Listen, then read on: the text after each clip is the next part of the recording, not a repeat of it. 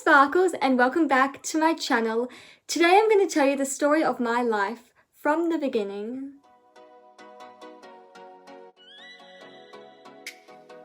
We're going to start from the beginning. I have a twin sister. We look nothing alike.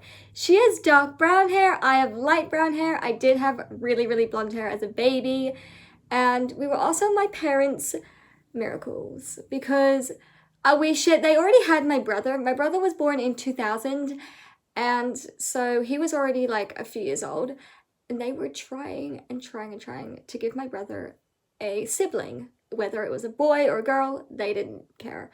They just wanted to give my brother a sibling, and they tried IVF, and it just failed.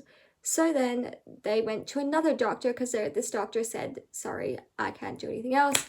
So my parents went to another doctor. They did multiple different things to get their body ready. Like they did massages, they did everything. And they did. The massage or whoever person they went to said this would be the perfect time for you to get pregnant. And they put 2 eggs in instead of 1, and they put a smaller egg in and like a regular one. And the reason they did that is to help one of them grow. But turns out we actually both grew. We both grew into twins. And so we look nothing alike. So we are non-identical. I don't know how to explain it, but we look nothing alike. So we are 2 separate eggs, and it's amazing. I love my sister. We are very close, and it's amazing, and I love having her, and I don't know what life would be without having my twin sister. And yeah, so that was really fun. And then time came to that we were born. We were born 3 months early. We were supposed to be born in May, and instead we were born in March, and that was partially my fault. Okay, I wanted to come early. I wanted to say hi. I wanted to meet the world early. No, not really. But the actual thing happened is my heart rate or my oxygen levels were very low. So my mom went in for regular scan, and the doctor said her heart rate is very low. You need to get her out. You need to go to the hospital right now. So that's what my mom did. She called my dad and said, I'm going to hospital. This baby's heart rate is very low. I don't know what actually happened, but anyway, so they went to the hospital, and my mom had a Caesar, like C-section, and they had us. I was the first one out, and then it was my sister a minute later. We were a minute apart, so that's wild, and it's wild to tell everyone that we were a minute apart. Anyway, we were a minute apart. I also had hip dysplasia, if you know what that is. My dad was born with hip dysplasia. My brother and my sister were both born with hip dysplasia, but for my brother and my sister, their hips both corrected by themselves. Mine sadly did not. Mine did not fix itself on its own. I had to get like a harness and stuff. So I ended up having to get a harness and wear a harness for a couple of months, a year, I can't remember when. But I wore a harness for a while. Sadly, my dad, because back when my dad was born, I don't even know, but his hip dysplasia never got treated because they didn't know he had it until way too late. So my dad had to have multiple different surgeries, and my dad ended up having to get fake metal hips. So my dad's got metal hips, but luckily I was seen early because my parents knew that it's genetic. So like if they had children, then their children could have hip dysplasia. So it's genetic. So yeah, I got it really badly. So I was stuck in a harness for a couple of months. So like I couldn't play with anybody. I couldn't do anything because I was stuck in my harness. Anyway. So I was stuck in a harness for a few months, and then I eventually got out of the harness. And yeah, also when we were 3 months old, my parents were invited to a farm stay, which now we do every single year. My parents were invited to a farm stay, and they were able to go. Like my mother didn't want to go because we were so premature and so little, and so my mom was scared to go, but she went. And yeah, we were 3 months old when we went on that trip, and now we are 20, turning 21. Anyway, then my parents, this is about me now. So then my parents, like, they weren't putting me and my sister together. Like, they weren't being like, oh, like, you know, like that. But they were definitely noticing things about me that I wasn't doing, that I was meant to be doing. And I struggled a lot at school.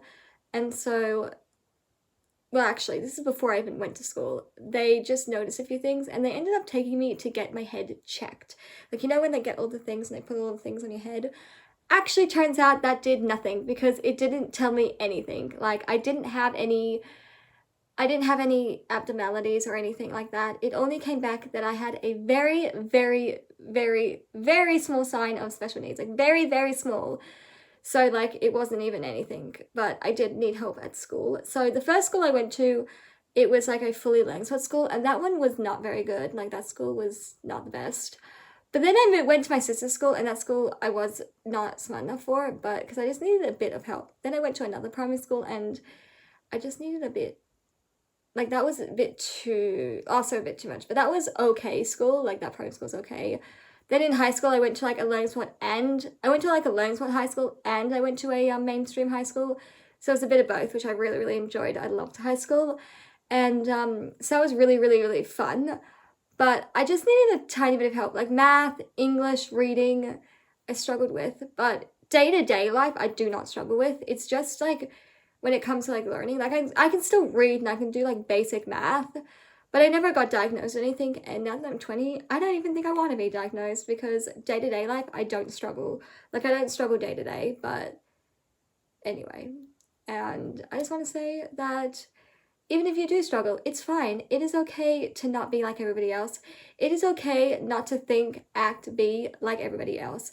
It's okay to be different. And this is something that I really, really struggled with in high school. I really, really struggled at the beginning of high school in year like 7. I really, really struggled with needing help. And I struggled with the fact that it's okay to get help. It's okay to ask for help. It's okay to be helped. And that's what I really, really struggled with in the beginning of high school, is because like I didn't have this all the time, but there would be some times where I'd go into a classroom and I'd get like a learning support teacher, like a help teacher, like an extra help just for me. And I really struggled with the fact that I needed that, and I didn't want everyone else to like think that I was like different. So I would always be like, whenever I would see a help teacher, I would always be like, yuck, not you again. But at the end of high school, I really, really enjoyed it. And I really enjoyed that I was getting help and that I was able to do the stuff that they were doing, just with a little bit of extra help. And it made me feel a lot better knowing that I wasn't the only one at that school that needed extra help. There was even people that weren't in the learning support classrooms that needed the extra help and that needed something to be a little bit different. So that made me feel a little bit better. And I just wanted to say that you are perfect just the way you are. You don't need to change for anybody. And so, yeah, so I did struggle with that.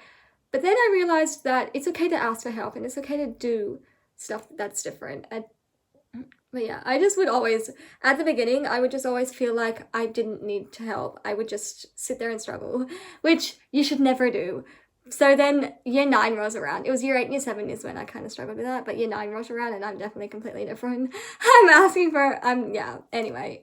So yeah, that's a little bit about my life. My life is not that interesting. It's not that amazing. It's just, I did struggle a little bit at school, but now I'm okay. I still struggle with reading and writing. I still struggle with reading and spelling and math, but that doesn't really affect my day-to-day life because I can just ask Google for like how to spell something or like, you know, that. And then if I needed math, I have a calculator. So it doesn't really struggle me anymore, but yeah. And I hope this has a little insight of my life. Thank you so much for watching. Don't forget to give a giant thumbs up. Don't forget to subscribe, like, comment, share, and as for the next video, don't forget, be your own kind of beautiful, and don't let anyone say no beautiful. Good night, sparkles. Good night.